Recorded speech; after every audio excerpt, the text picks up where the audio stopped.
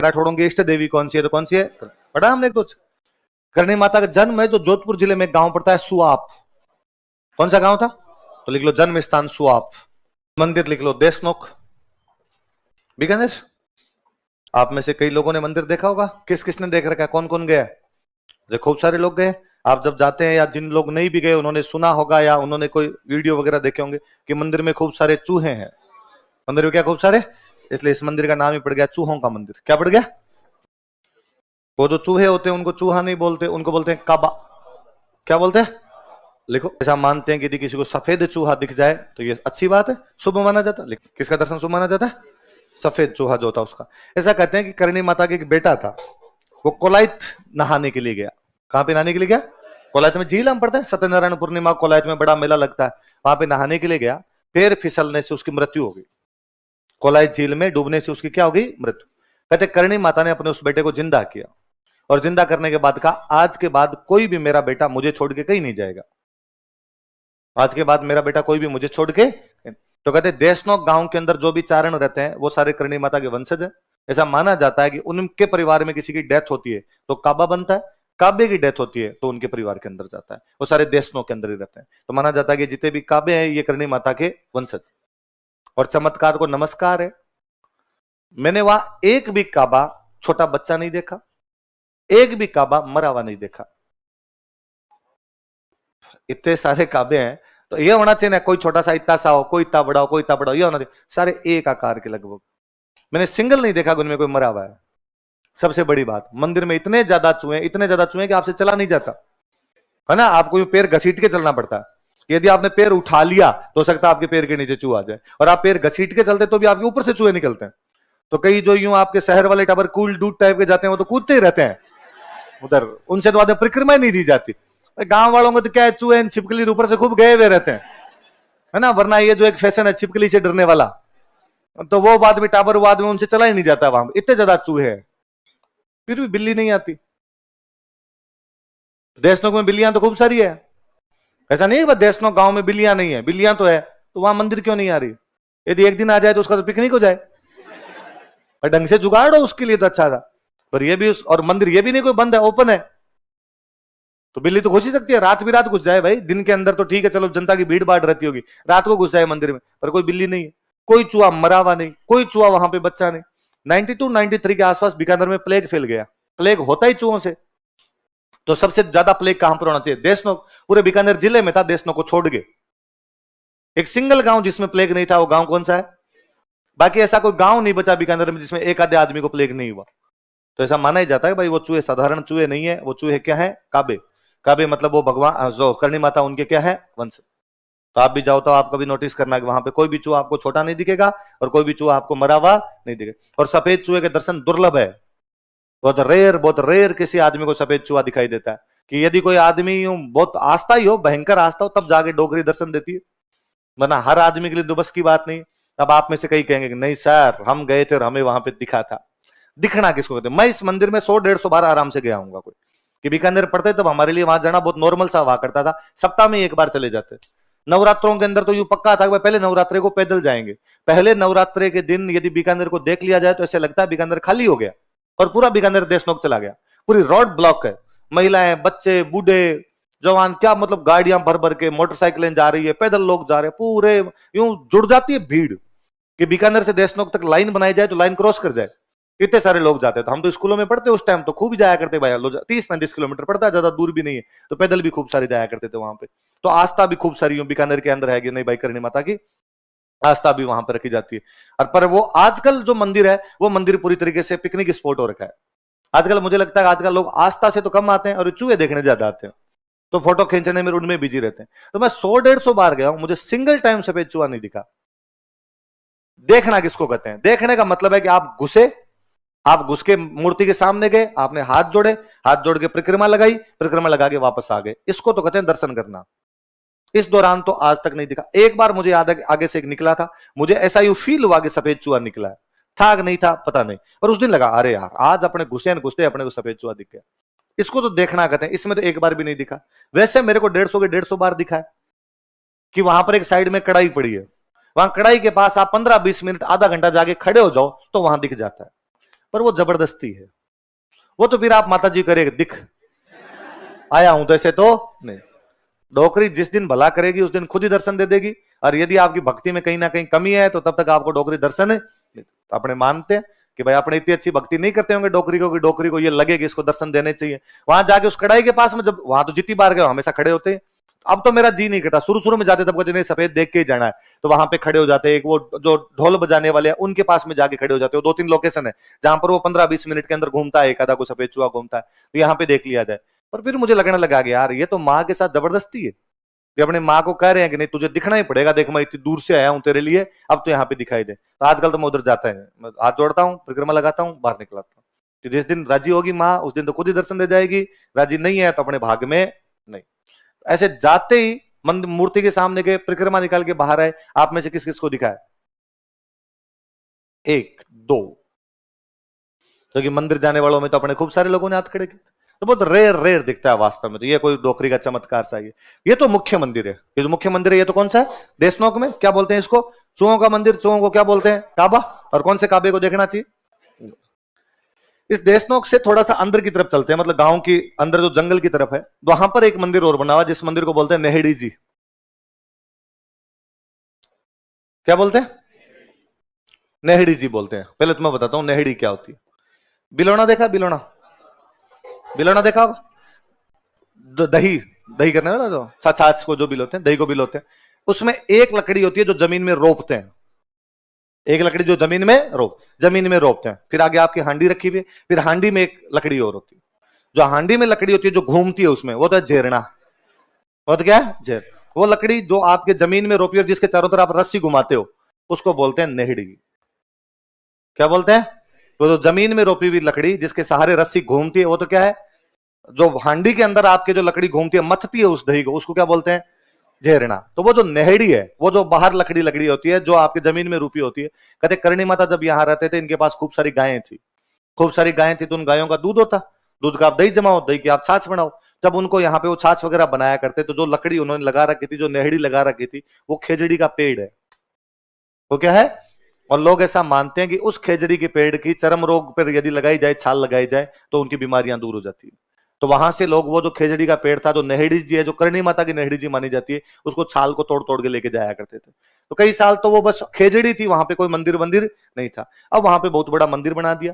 अब तो वहां पे इतनी ज्यादा भीड़ आने लग गई कि उस खेजड़ी को कवर कर रखा है ताकि इसकी छाल को उतार नहीं सके, वरना लोग छीना झपटी करते हैं वहां उसके लिए। तो अब उसको पूरा कवर कर दिया और वो मंदिर बहुत अच्छा सा बना हुआ है। तो आप में से जब भी कोई जाए तो मुख्य मंदिर तो जाए, बाद में नेहड़ी जी जाके आए, क्योंकि नेहड़ी जी वाली जगह पे करणी माता रहती थी। तो वहां नीचे अब भी एक गुफा बनी हुई है, ऐसा उस गुफा में एक शिवलिंग है। ऐसा माना जाता है कि इस गुफा में बैठ के करणी माता तपस्या किया करती थी। और जब करणी माता इस गुफा में बैठ के तपस्या करती तब बाहर के किसी भी आदमी की एंट्री बैन थी, कि बाहर से कोई भी आदमी इस गुफा के अंदर नहीं जाएगा। और यदि कोई बंदा उस गुफा के अंदर जाएगा तो करणी माता को सूचना देके जाएगा, भाई माता जी मैं अंदर आ रहा हूं, तो जा सकता है, वरना तो नहीं जाएगा। कारण कहते हैं कि भाई करणी माता जब उस गुफा में बैठती तो अपना भेष बदल लिया करती, रूप परिवर्तन करके वहां पर बैठा करती थी। इसलिए डोकरे टाइप के लोग तो आज भी इन बातों का ध्यान रखते हैं। और जब उस गुफा के अंदर घुसते हैं तो या तो उसकी दीवारों पर मारते हैं, आने का एंट्री साइन है, या बाद गांव का सीधा तरीका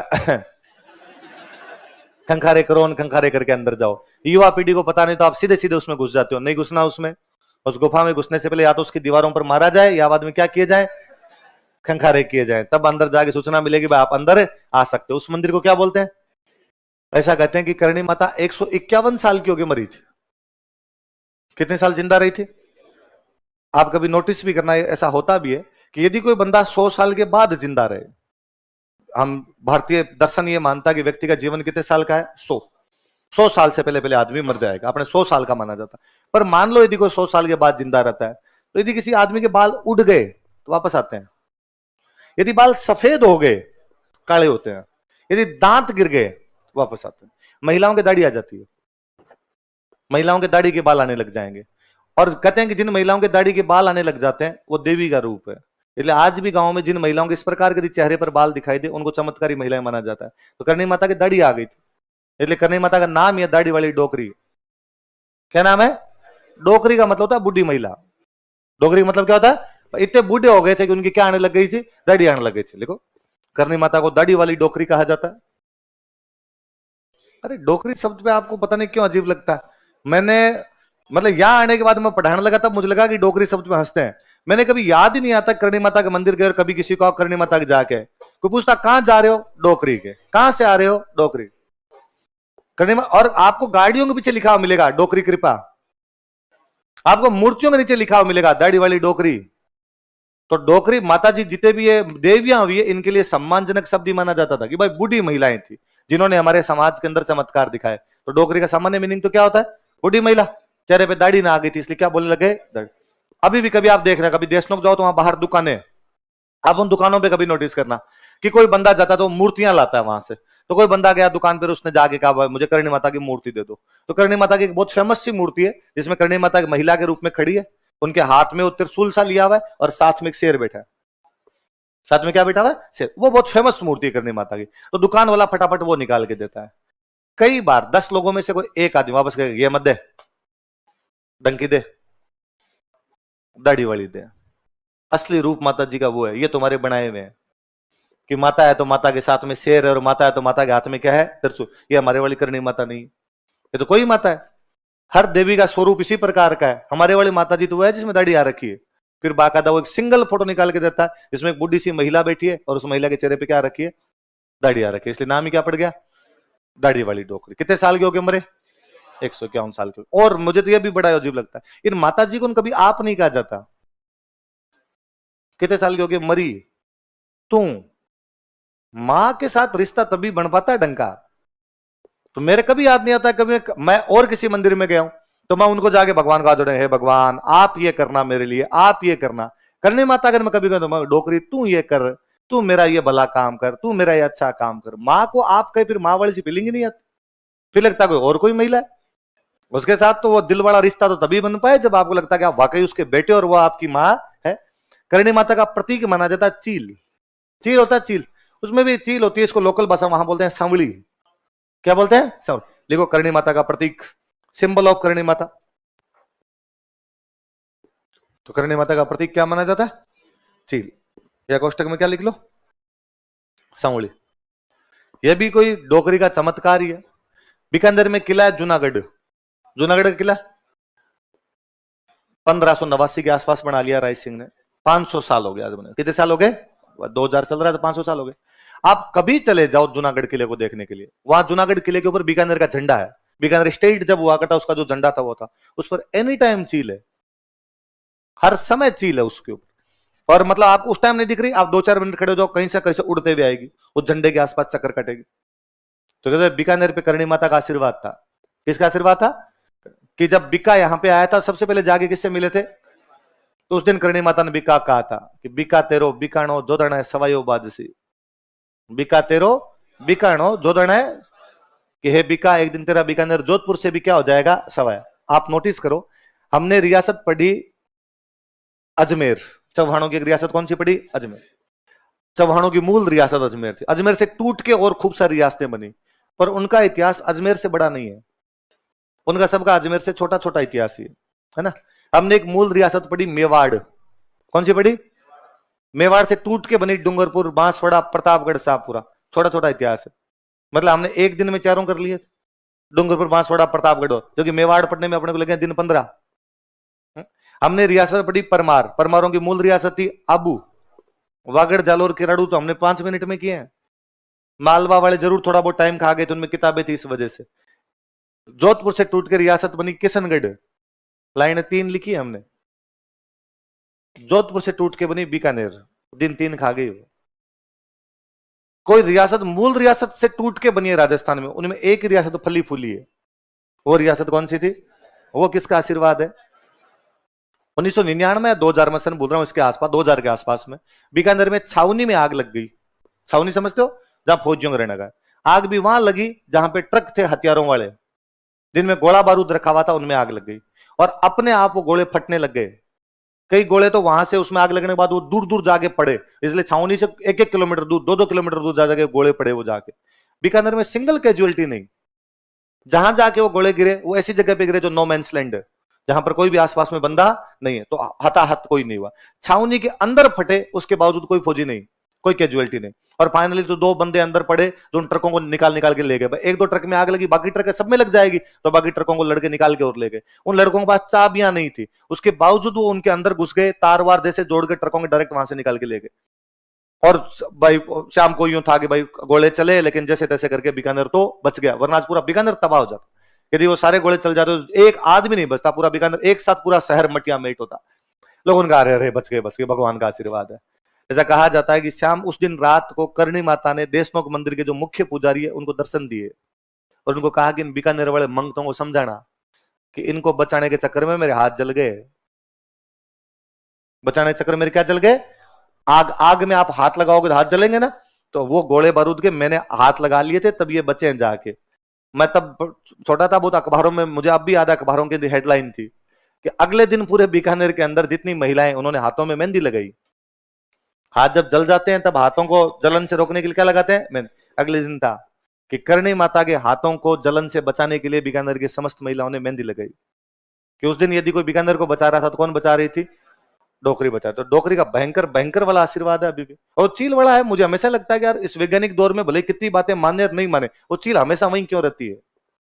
हमारे घर पे तो नहीं आ रही भाई। यदि यूं कह दे बीकानेर में खूब सारी चिड़ियां, फिर तो हर जगह आनी चाहिए, फिर तो हर घर पे आ जानी चाहिए। मैं लोग करणी माता को मानता हूं तो हमारे घर पे एक डेली रहे कि भाई मेरे को जब जी में करणी माता देखने चील आ जाए। उस किले के ऊपर क्यों मंडरा रही है? वो उनकी इष्ट देवी थी, उन राजाओं के अंदर वो चीजें थी। ये बीकानेर वाला अभय सिंह था आपके, सॉरी जोधपुर वाला अभय सिंह। एक युद्ध पढ़ा मैंने, गंगवाना का युद्ध पढ़ा। तो कहते गंगवाना वाला जब युद्ध हुआ था तो अभय सिंह ने बीकानेर घेरा था और चारों तरफ से बीकानेर को घेर कर अभय सिंह ने मारूंगा तुमको सबको। जोरावर सिंह अंदर बैठा बेचारा हिल नहीं पाए, एकदम पार ही नहीं पड़ेगी क्या किया जाए, और जोरावर सिंह लगा मरा दिया। इस बार अभय सिंह बीकानेर लूटेगा और अपनी पार इसके खिलाफ।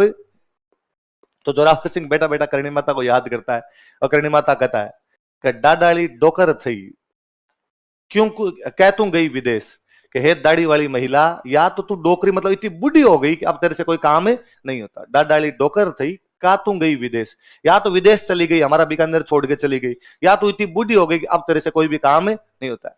खून बिना क्यों खोसी जहर निज बिका को देश। आज देख हमारी क्या हालत हुई है कि हम बिक्का के वंशजों का देश जोधपुर वाले छीन लेंगे, हम लड़ाई भी नहीं कर पा रहे, हम चारों तरफ से घेर लिए गए हैं। तो कहते हैं उसको यूं करणी माता को दर्शन दिए, चील दिखी कैसा सा कोई वृतांत है। उसने बाद में अपना एक बंदा भेजा सवाई जयसिंह के पास। किसके पास भेजा? सवाई जयसिंह। और सवाई जयसिंह को आगे कहा भाई हमारी पार नहीं पड़ रही, तू हमारी सहायता कर। सवाई जयसिंह बदमाश आदमी था। सवाई जयसिंह ने कहा कि तुम्हारी रक्षा तो करणी माता करती है, तुम तो बीकानेर वाले करते हो ना, हमारे तो करणी माता आ जाती। इस बार कहां गई तुम्हारी करणी माता? वो 2 पंडित जी आए थे, वो और सियाने थे। उनका करणी माता ने ऑर्डर दिया है कि इस बार सवाई जयसिंह बचाएगा मेरी तरफ से। इसलिए सवाई जयसिंह जयपुर की तरफ से जोधपुर पे हमला करता है, गंगवाना पे। जब इधर जोधपुर से जाता तो अभय सिंह कहां बैठा हुआ है? बीकानेर। तो अभय सिंह को लगा कि यार यदि मैं बीकानेर बैठा रहा तो सवाई जयसिंह क्या लूट लेगा मेरा जोधपुर। तो अभय सिंह बेचारा भाग के आया उधर से, गंगवाना के अंदर लड़ा, तो बीकानेर खाली हो गया। गंगवाना में लड़ाई, उसके अंदर सवाई जयसिंह जीतता है, जोधपुर वालों पर जुर्माना लगाता है, फिर वहां से वापस आता है। तो गंगवाना की तो पूरी लड़ाई डोकरी ने जिताई है उस दिन, कि वरना वहां से अभय सिंह की घेरा ही खाली नहीं करता, और घेरा खाली नहीं होता तो अभय सिंह लूट लेता उस दिन। तो याद रहेगी करणी माता की बात है। अगले माता जी लिखो। और फिर ये यदि आपके दिमाग में आए कि नहीं सर ऐसे चमत्कार वगैरह कुछ भी नहीं होते, तब वो बात सुन लेना। वो बात मैंने बताई थी आपको, ईसा मसीह जब फ्राइडे को मर के संडे को आ सकता है तो करणी माता बीकानेर भी बचा सकती है। जैन माता।